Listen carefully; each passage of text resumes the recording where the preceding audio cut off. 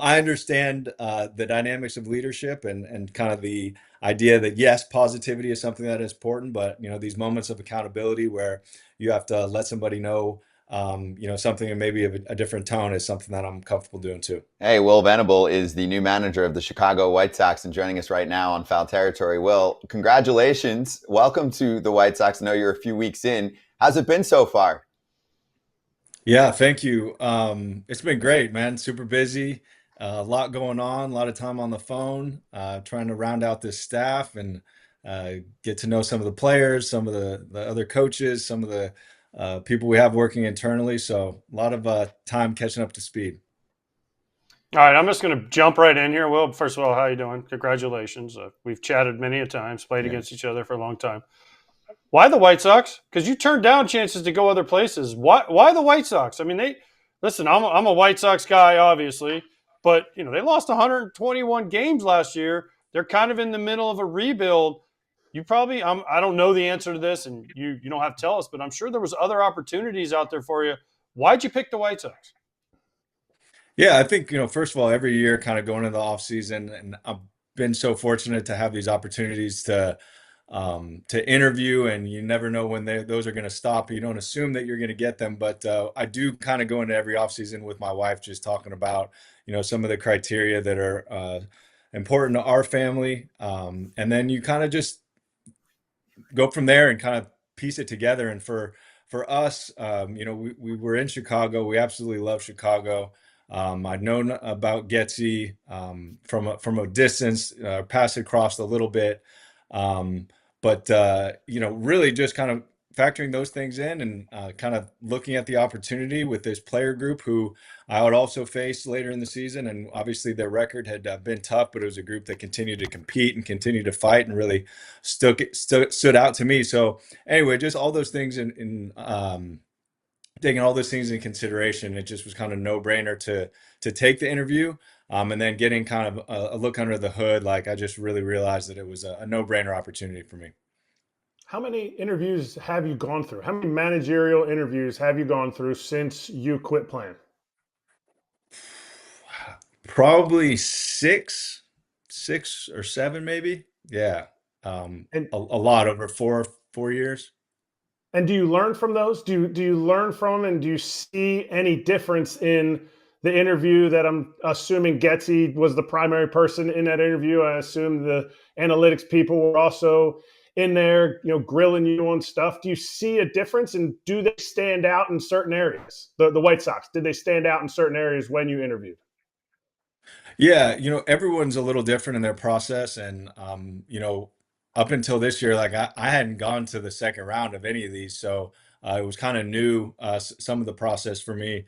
But yeah, everyone's got a different way about going through the process and what they want to ask and how they set up, whether it's Zooms or in person. And I think for me, with my experience with the White Sox and just talking to the people there. I mean, that's what it's all about. It's about the people, how they presented their opportunity and the transparency of the things that they needed to work on and their plan for improving those areas was all just was great to hear, and yeah, just really encouraging. And so I think that for me, as you look at these different opportunities, you get to know the people. It really starts there.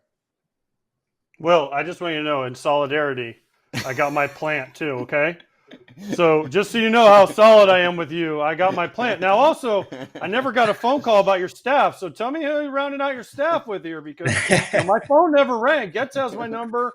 Jerry has my number. Pretty much everybody in that organization has my number. But listen, I got a plant too. Okay. Yeah, well, I wish I'd known that before. Maybe would have made that phone call. But no, first of all, my wife is the decorator, and she always says to make sure that I have the plant in the shot. So she'll appreciate that we're talking about the shot Yes. or the plant. But yeah, we're still working on some things. We have a couple positions that we're still filling out. We were able to go get a bench coach, Walker McKinven, that I know, Kratzy, you've been around and love. Um, and yeah, and we're working on a couple other spots and kind of figuring out how to, delegate roles and responsibilities. What did you like about the process of trying to find your staff? Because obviously you've played for a while, your dad played, so your connections throughout baseball are probably more extensive than anybody even knows. But what did you enjoy about that process? Because I think, and tell me if I'm wrong, the time is gone when it's like, oh, I did promise three guys that if I ever was a manager, that he would be my first base coach. What have you enjoyed about this process?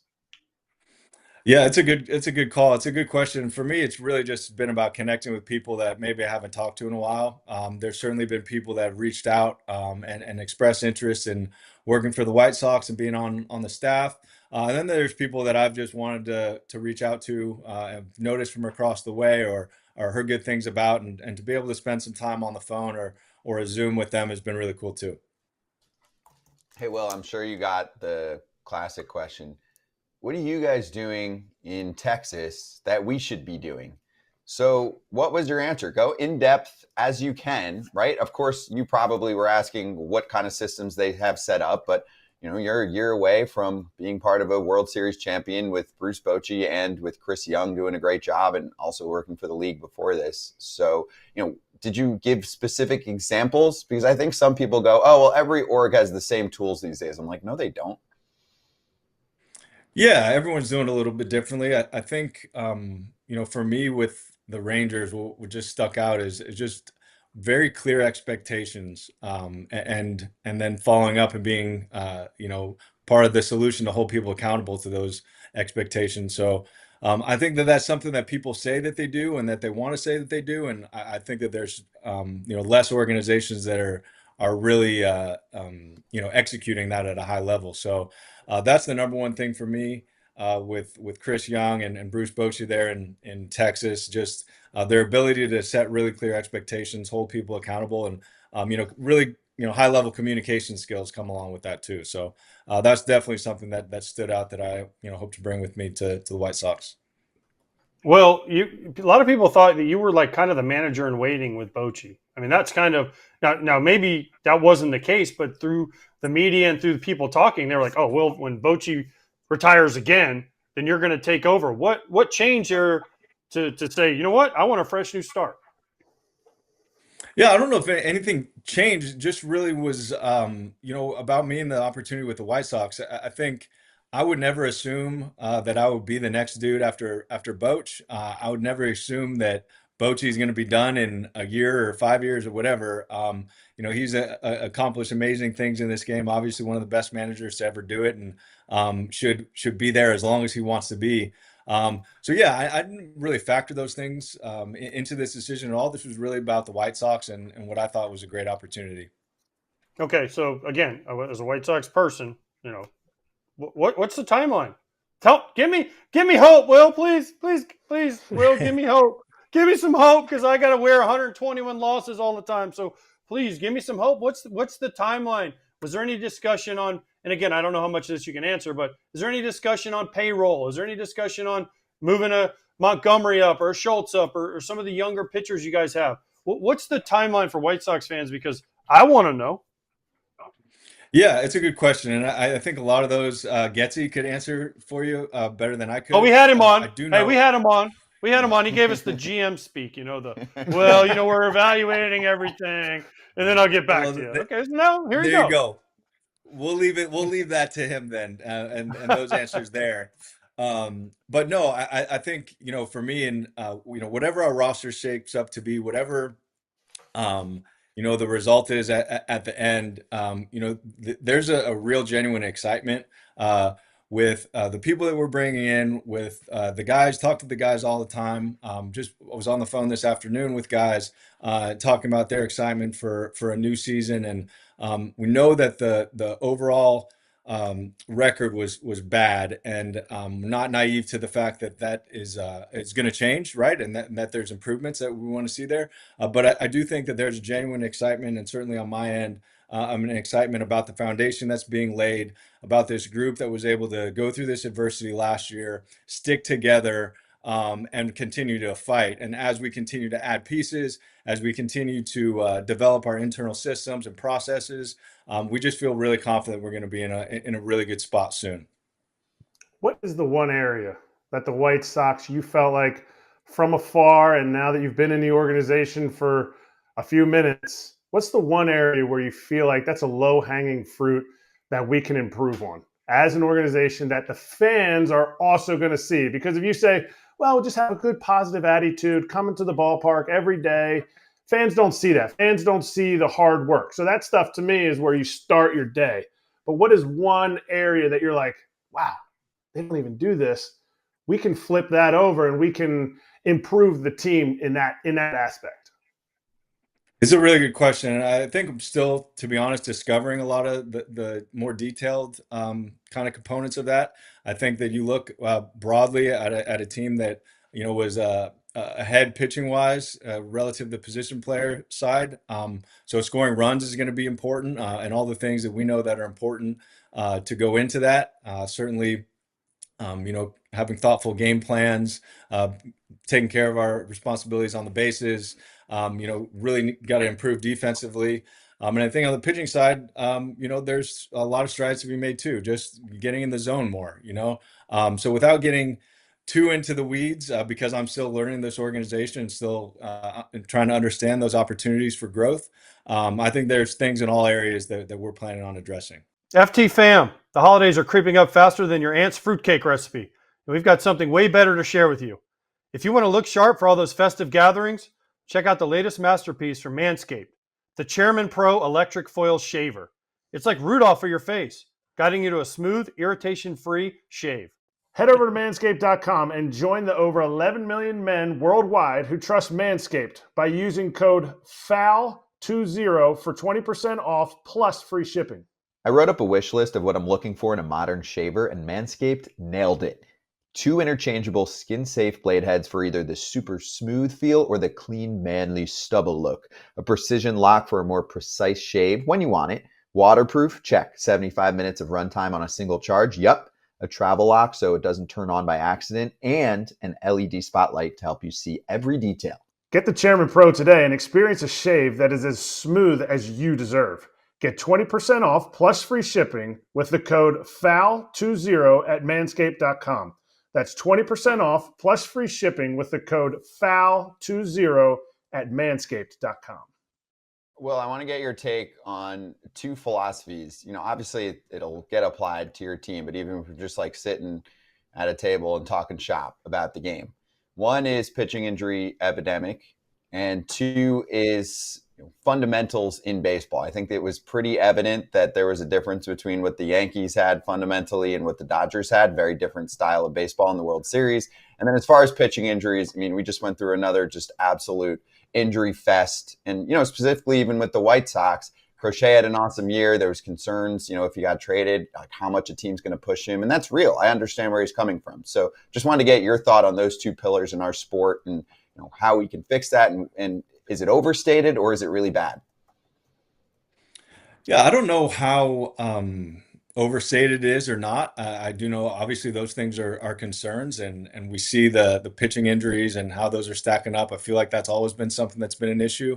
I've heard a couple kind of thoughts on the solutions for that, and I think really it's about the players, and until the players want to change how they go about their business, that there's just going to be injuries. That you're going to have guys who are trying to throw really hard and create really challenging shapes for hitters, and that comes at a cost. So I think that once those things are not incentivized for pitchers, which I don't know how that is possible, but I at the end of the day, I think it's driven by the players. So and fundamentally, I think that every team is striving to get better fundamentally, and that's what every manager is going to go into spring training talking about the fundamentals, and certainly we will too. I think at the end of the day, it's about executing them, and you get into the challenge of trying to figure out how to continue to exercise those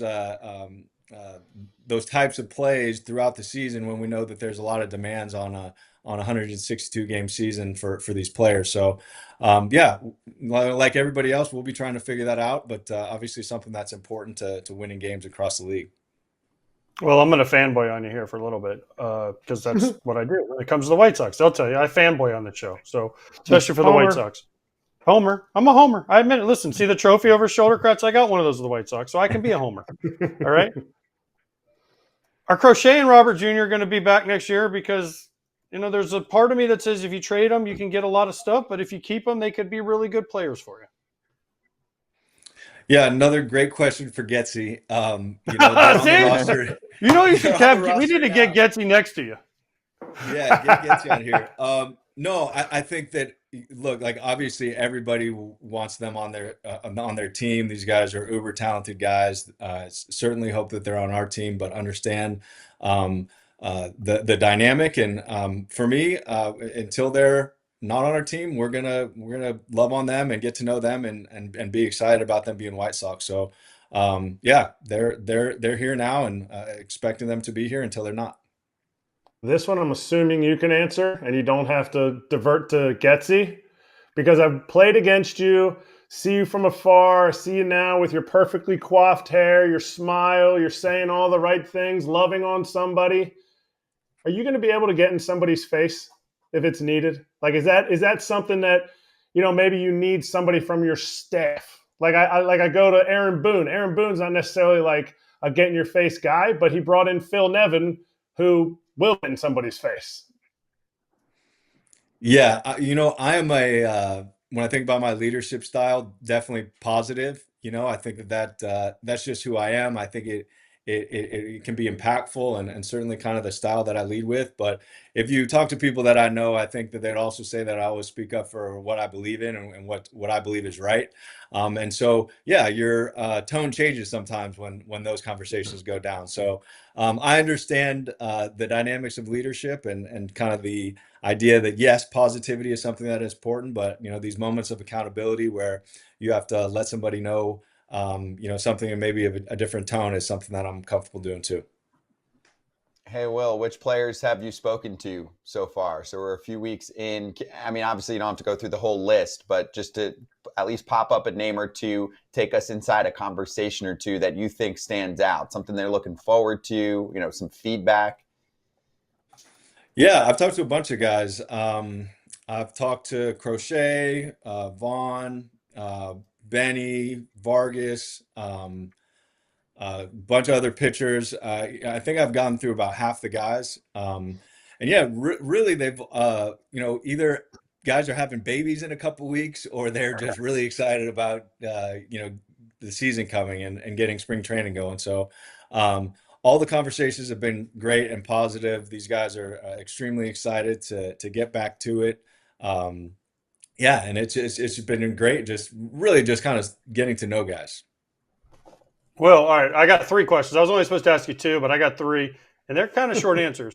The first one is going to be probably the hardest of the three for you to answer. Have you talked to Ozzie Guillen?